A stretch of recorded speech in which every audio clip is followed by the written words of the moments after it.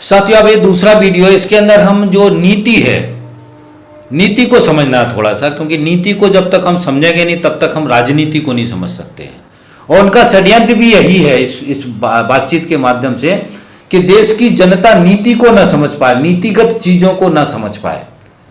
और नीतिगत चीजों को नहीं समझ पाएगी तो जनता को आगे फिर बेवकूफ बनाने में या मूर्ख बनाने में या घुमाने में उनको आसानी होगी। इसलिए वो उस नीति को नहीं समझने देना चाहते हैं। इसलिए हमको साथियों अच्छी तरीके से समझना है कि हमको इस नीति को समझना है और नीति के पीछे की राजनीति को समझना है। दोनों चीजों को हम इस वीडियो के अंदर कवर करेंगे साथियों। तो साथियों, अब नीति की चर्चा हम शुरू करते हैं। नीति क्या है, किस नीति पे लड़ाई चल रही है? पहली बात तो ये समझना है साथियों कि नीति जो है ये सरकार बनाती है। जिसकी भी सरकार होती है वो सरकार इस नीति को बनाती है। और नीति राजनीति से बनती है। राजनीति में वोट से चुन के जो सरकार आती है उसकी राजनीति का हिस्सा होता है कि वो नीति बनाती है। तो जब सरकार नीति बनाती है तो सरकार किसकी है? जैसे नरेंद्र मोदी की सरकार किसकी है? ये तो नंगे रूप में पूंजीपतियों की सरकार है, पूंजीवादी सरकार है। तो पूंजीवादी सरकार है तो वो नीति किसके पक्ष में बनाएगी? स्वाभाविक सी बात है कि वो पूंजीपतियों के पक्ष में बनाएगी, पूंजीपतियों के हित के लिए बनाएगी, पूंजीपतियों के फायदे के लिए बनाएगी। पूंजीपति बोलेंगे जैसी नीति बनाने का बोलेंगे वैसी नीति बनाएगी। इसलिए बाकी डिटेल्स में नहीं जा रहा हूं, मगर किसान आंदोलन में जो ये 3 कानून लेके आए हैं, ये कानून किसानों के लिए फायदे के लिए नहीं है। किसानों के फायदे के लिए तो झूठा बोला जा रहा है, क्योंकि किसान उसका विरोध ना करें इसके लिए बोला जा रहा है कि किसानों के फायदे के लिए है। असल में ये जो देसी विदेशी कॉर्पोरेट्स कंपनियां हैं उनको 100% एफडीआई करने के बाद से उनके फायदे के लिए ये 3 संशोधन लेके आए गए खेती में, ताकि देसी विदेशी कॉर्पोरेट्स कंपनियां खेती में कब्जा करने का जो उनका रास्ता है वो खुल जाए और वो अच्छी तरीके से नंगे रूप में इस पूरे सेक्टर पे कब्जा कर सकें। हमारे देश में अडानी अंबानी का नाम लेते हैं हम। अडानी अंबानी के वेयर हाउस पहले से बनने शुरू हो गए थे जब ये कानून अस्तित्व में नहीं आया था।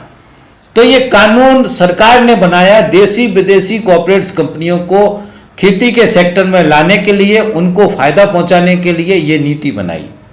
अब इसकी नीति के पीछे की राजनीति समझना है साथियों। ये जो 1991 के बाद से कांग्रेस और भारतीय जनता पार्टी दोनों पार्टियां इस कानून को, इस तरीके की व्यवस्था को लाने का कोशिश कर रही थी।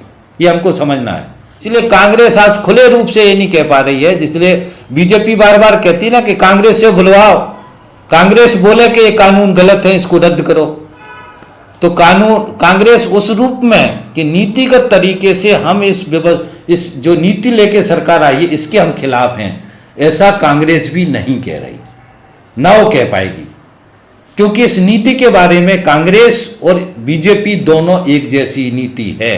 पहली बात हमको ये समझना है। दूसरी बात साथियों समझना हमको कि भारतीय जनता पार्टी के पीछे आरएसएस है। और आरएसएस का जो है, आरएसएस की जो चरित्र को समझना, आरएसएस नंगे रूप में देसी विदेशी कॉर्पोरेट्स कंपनियां जो पूंजीपति हैं, पूंजीवादी व्यवस्था है, अति दक्षिणपंथी संगठन है, इनका ही संगठन है। और इसका काम है कि जनता को दिमागी रूप से बांधना, जिसमें आरएसएस धर्म के नाम पे जनता को दिमागी रूप से बांधता है और जो असल आर्थिक सवाल हैं उनसे भटकाता है। आप देखेंगे कि आरएसएस के जो राजनीति के सवाल हैं, राम मंदिर बनने से कोई आर्थिक बदलाव नहीं होगा, ये समझना है। राम मंदिर बनने से परमानेंट नौकरी पैदा नहीं होगी। राम मंदिर बनने से 25,000 रुपये, 30,000 रुपये, 40,000 रुपये महीना वेतन नहीं होगा।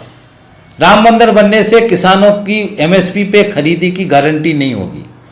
राम मंदिर बनने से देसी विदेशी कॉर्पोरेट्स कंपनियां खेती के सेक्टर से नहीं हटेंगी। तो ये जो आर्थिक सवाल है ये इनके सवाल नहीं होते हैं। राम मंदिर हो गया, 370 हो गया, और भी दुनिया भर के जो सवाल जो आरएसएस उठाता है वो सारे ऐसे सवाल है जिनका कोई आर्थिक पक्ष नहीं है। ये हमको समझना। आरएसएस कभी भी कोई आर्थिक पक्ष नहीं उठाता है। नौजवानों को परमानेंट नौकरी दो, ये मांग ना बजरंग दल करता है, ना विश्व हिंदू परिषद करता है, ना उनका भारतीय मजदूर संघ करता है, जो मजदूरों का संगठन है, कि नौजवान जो कारखाने उनके अंदर उनको परमानेंट नौकरी दो, उनका मिनिमम वेतन कम से कम 22,000 24,000 रुपये महीना करो। इस तरीके की समझ इनकी कहीं नहीं है। वो क्यों नहीं करता ये भी हमको समझना है, क्योंकि ये देसी विदेशी पूंजीपतियों के लोग हैं। तो पूंजीपतियों का चरित्र क्या है, उनको फायदा कब होगा, जब सस्ते से सस्ता मैन पावर मिलेगा। जितना सस्ता मैन पावर मिलेगा उतना ज्यादा पूंजीपतियों का मुनाफा होगा। इसलिए आरएसएस का टारगेट भी यही होता है कि जितना सस्ता मैन पावर मिले, जितना उस तरीके की नीतियों की तरफ जाते हैं। और इसीलिए इन्होंने श्रम कानून सारे नष्ट कर दिए, परमानेंट नौकरी का अधिकार खत्म कर दिया, जो न्यूनतम वेतन है उसको भी उस तरीके से नहीं बढ़ा रहे जो बढ़ाना चाहिए। जो फार्मूले हैं, जो हमारे संविधान के हिसाब से जो शुरुआती दौर में जो फार्मूला बना था कि वेतन का एवरेज किस तरीके से बढ़ेगा, तो वो जो सारा जो चीज है उसको ये सुनने को तैयार नहीं है। ये हमको समझना है नीति को। इसलिए हमको ये समझना है कि जो ये पूंजीवादी व्यवस्था है जिसका मुखिया नरेंद्र मोदी है, आज नरेंद्र मोदी की सरकार है, ये सरकार हमेशा वो नीति बना रही है जिससे देशी विदेशी कॉर्पोरेट्स कंपनियों को फायदा होगा। और देशी विदेशी कॉर्पोरेट्स कंपनियों को फायदा होगा तो देश का किसान लुटेगा, देश का मजदूर लुटेगा, देश का नौजवान लुटेगा, तभी उनके ज्यादा मुनाफे होंगे। और दूसरा पक्ष है कि देश की संपत्ति, देश का संसाधन, देश के प्राकृतिक संसाधन जो सारे हैं उनको पूंजीपति अपने मुनाफे के लिए लूटें। ये भी समझना दो चीजें अच्छी तरीके से।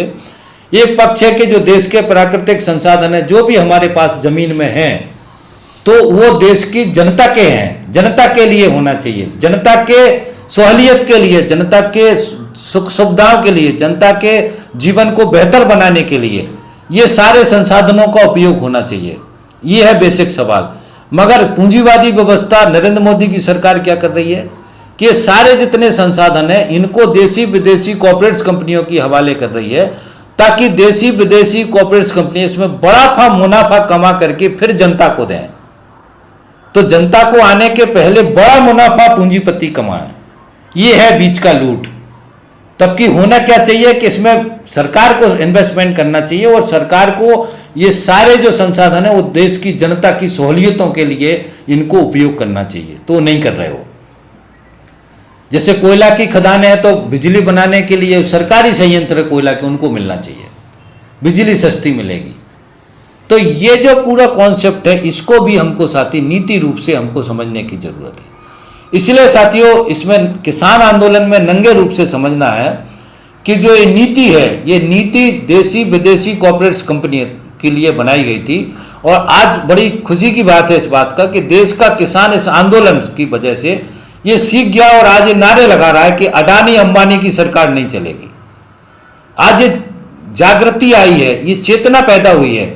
जो बात ये वामपंथी दल या लेफ्ट पार्टियां, समाजवादी व्यवस्था के लोग 1991 में कह रहे थे, वही नारा पहले वो लगाते थे। पहले टाटा बिरला की सरकार नहीं चलेगी, वो टाटा बिरला की सरकार थी पहले।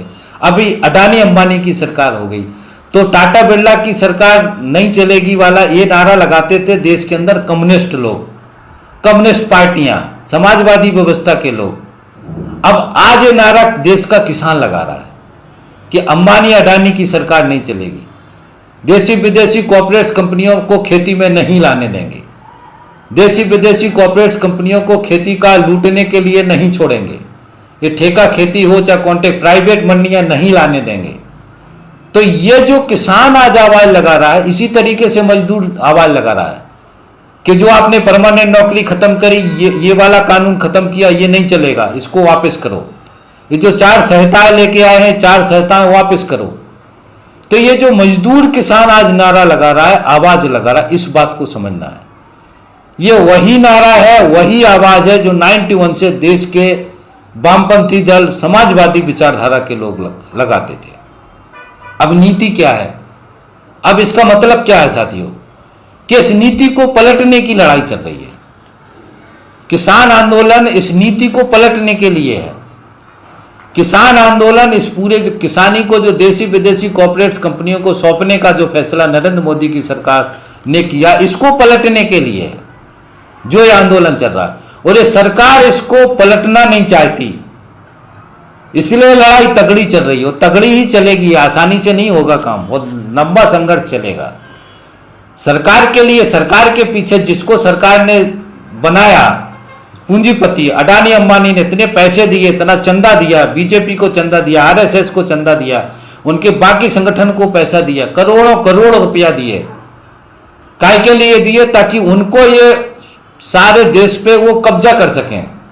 और ये सरकार तैयार बैठी है वो कराने के लिए, मगर देश की जनता उठ खड़ी हुई है, देश की जनता जागरूक हो गई है। जनता इस नीति को समझ रही है कि नीति हमारे हित में नहीं है, हमको भी नीति को ही पकड़ना है। जब हम नीति को पकड़ लेंगे तो उसके बाद से हम सही राजनीति पे चले जाएंगे।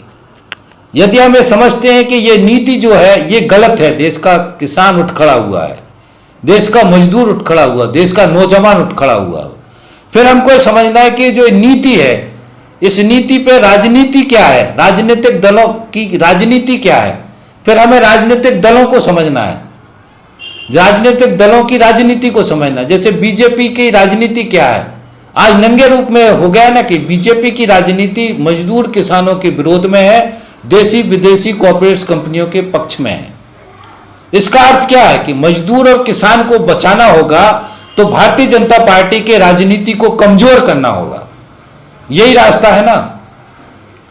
यदि हमको इस नीतियों को पलटना है तो हमको पहले भारतीय जनता पार्टी को पलटना पड़ेगा, भारतीय जनता पार्टी को कमजोर करना पड़ेगा, भारतीय जनता पार्टी की राजनीति को कमजोर करना पड़ेगा। तब जाके ये आज जो 300 से ऊपर सीटें हैं उनकी किसी की नहीं सुन रहे हैं। अगर यही सीटें इनकी कम होती, जो बहुमत है उसके आजू बाजू होता या कुछ पार्टियों का मिला के बहुमत होता, तो ये सरकार इतना नहीं अड़ पाती। इसलिए हमको इस बात को अच्छी तरीके से समझना कि इस नीति को पलटना है तो इस नीति के पीछे जो राजनीति है उसको समझ करके, जो राजनीति इस नीति को लेके आई है, जो मजदूर किसान के विरोध में है, उस राजनीति को पलटना होगा, उस राजनीति को कमजोर करना होगा, तब हम इस नीति को पलट पाएंगे। यदि हम ये सोचते रहेंगे कि हम इस नीति को पलटने के लिए लड़ेंगे, अडानी अंबानी की सरकार नहीं चलेगी, देसी विदेशी कॉर्पोरेट कंपनियां मुर्दाबाद, और फिर वापस जाके बीजेपी को वोट करेंगे, तो फिर ये हमसे ज्यादा मूर्ख कोई नहीं है, हमसे ज्यादा बेवकूफ कोई नहीं है। ये हमको समझना है। और ये बीजेपी और बाकी जो राजनीतिक दल है पूंजीवादी व्यवस्था की, वो यही कोशिश करते हैं कि घुमा फिरा के आपको वापस वो खड़े कर लेते हैं कि आपको कुछ छोटा 19-20 करके वापस फिर वहीं ले जाते हैं। हमको नीतिगत तरीके से आज समझने की जरूरत है कि हमको वहां नहीं जाना है। बीजेपी और कांग्रेस का चरित्र एक जैसा है आर्थिक नीतियों में, इसका भी ध्यान रखना है। मैं कांग्रेस के बारे में आज ज्यादा इसलिए नहीं बोल रहा हूं कि आज भारतीय जनता पार्टी की सरकार है, उसके पीछे आरएसएस है, तो इनको उजागर करना ज्यादा जरूरी है। अब जो दूसरा पक्ष है कि इसके समर्थन की नीति में कौन समर्थन करता, ये जो नीति है कि देसी विदेशी कॉर्पोरेट कंपनियों को खेती के सेक्टर में नहीं लाना है, हमारे देश पर देसी विदेशी कॉर्पोरेट कंपनियों को कब्जा नहीं करना है, ये नीति जो लेकर के आए हैं, इस नीति के विरोध में राजनीतिक रूप से कौन है हमारे देश में, ये हमको समझना है। तो हम पाएंगे साथियों कि राजनीतिक रूप से, नंगे रूप से जो हमारे देश के अंदर नीतियों के विरोध में है, वो हमारे देश के वामपंथी दल हैं, हमारे देश की लेफ्ट पार्टियां हैं। हमारे देश की जो लेफ्ट पार्टियों में जिसकी सबसे बड़ी पार्टी है भारत की कम्युनिस्ट पार्टी मार्क्सवादी, जो खुले रूप से, नंगे रूप से इन आर्थिक नीतियों के खिलाफ उन्होंने मुखर विरोध किया है, संसद से लेकर के सड़क तक मुखर विरोध किया है। तो हमको क्या समझना है साथियों कि यदि हमको अपने पक्ष की नीति लानी है तो हमको अपने पक्ष की राजनीति भी लाना पड़ेगी। वो अपने पक्ष की राजनीति लाना है तो अपने पक्ष का राजनीतिक दल भी लाना पड़ेगा, तभी आपके पक्ष की राजनीति आएगी। तो हमारे पक्ष का राजनीतिक दल वामपंथी राजनीतिक दल हैं, वामपंथी विचारधारा के राजनीतिक दल हैं। समाजवादी विचारधारा लाना जिनका लक्ष्य है, वो राजनीतिक संगठन हमारे पक्ष के राजनीतिक संगठन हैं। जो नीति जो बीजेपी लेके आई है उसके विरोध में यदि हम राजनीतिक रूप से अपनी बात को समझते हैं, वो अपनी ताकत को बढ़ाने का कोशिश करते हैं, तो हमको वामपंथी दलों को मजबूत करना होगा, उनकी राजनीतिक ताकत को बढ़ाना होगा। जैसे ही देश के अंदर वामपंथी दलों की राजनीतिक ताकत बढ़ेगी, वैसे ही ये जो कॉर्पोरेट्स की जो परस्त जो नीतियां, आर्थिक नीतियां हैं, वो कमजोर होंगी, उनका आना कम होगा, वो ढीली पड़ेंगी और जिस तरीके जैसे ही भारतीय जनता पार्टी कमजोर होगी तो ये सारी आर्थिक नीतियां लाने का रास्ता कमजोर होगा। जैसे ही हम भारतीय जनता पार्टी को पलटेंगे, पूंजीवादी व्यवस्था की सोच की राजनीतिक पार्टी को पलटेंगे, समाजवादी व्यवस्था की राजनीतिक ताकत को मजबूत करेंगे, तो फिर ये नीतियां बदलने का रास्ता शुरू होगा। और जैसे ही ये रास्ता आगे बढ़ता जाएगा, पूंजीवादी व्यवस्था की राजनीतिक पार्टियां कमजोर होती जाएंगी, समाजवादी विचारधारा की राजनीतिक पार्टियां मजबूत होती जाएंगी, उसी तरीके से ये राजनीतिक नीतियां हैं ये पलटती जाएंगी। ये साथी हमको समझना है, ये समझे बना। यदि हम इस बात को नहीं समझ पाएंगे तो किसान आंदोलन बहुत बड़ा किया है हमने, और किसान आंदोलन में बहुत ताकतवर तरीके से हम लड़ रहे हैं, वो बड़ा डटे हुए हैं किसान। मगर यदि हम इस बात को नहीं समझ पाएंगे तो ये लड़ाई जीत करके भी कुछ समय बाद हम फिर से हार जाएंगे। ये सरकारें, पूंजीवादी ताकतें आगे से पीछे से कमजोर करके, खरीद के, मैनिपुलेट करके फिर वापस ये नीतियां हमारे ऊपर थोप देंगी और हम इसको रोक नहीं पाएंगे। तो इसको रोकने का सबसे बड़ा तरीका है कि नीति को समझ के, राजनीति को समझ के, राजनीतिक दल को, और जो इस गलत नीति वाला राजनीतिक दल है उसको हटाना है, उसको कमजोर करना है। जो इस नीति के पक्ष वाला राजनीतिक दल है उसको ताकतवर करना, उसको मजबूत करना है, ताकि ये नीति जो हटे और हमारे पक्ष की नीति आगे बढ़े। ये है साथियों, नीति को, राजनीति को जोड़ के समझने की जरूरत है आज। मुझे उम्मीद है कि मैंने जो समझाने की कोशिश की है इस बात को आप समझ गए होंगे। मानना नहीं मानना आपके ऊपर है। मैंने ये विचार किया है कि मेरे को सारी चीज स्पष्ट तरीके से, नंगे रूप से आपके सामने रखनी है। बाकी मानना कब है, मानना है कि नहीं मानना है, ये मैंने आपके ऊपर छोड़ा। जब आप मान जाएंगे तब आपके जीवन का दशा, दुर्दशा, दिशा बदल जाएगा। आपका जीवन सुखमय जीवन की तरफ चल देगा। आपके पास 2 पैसे आना शुरू हो जाएंगे, आपकी आमदनी बढ़ना शुरू हो जाएगी, आपके पास धन आना शुरू हो जाएगा। जो अभी धन छीना जा रहा है, बहुत तरीके से छीना जा रहा है, टैक्स लगा करके छीना जा रहा है, मजदूरी कम करके छीना जा रहा है, बहुत तरीके हैं। तो धन हमारे जेबों से छीन करके देसी विदेशी कॉर्पोरेट कंपनियों के जेबों में डाला जा रहा है। यदि हम इस बात को समझ के, इस ताकत के साथ जब इस पूंजीवादी व्यवस्था की राजनीति को कमजोर करेंगे तो उनकी जेब में जाने वाला धन हमारी जेब से जो निकल के जा रहा है ये हमारी जेब में रहेगा, रुकेगा।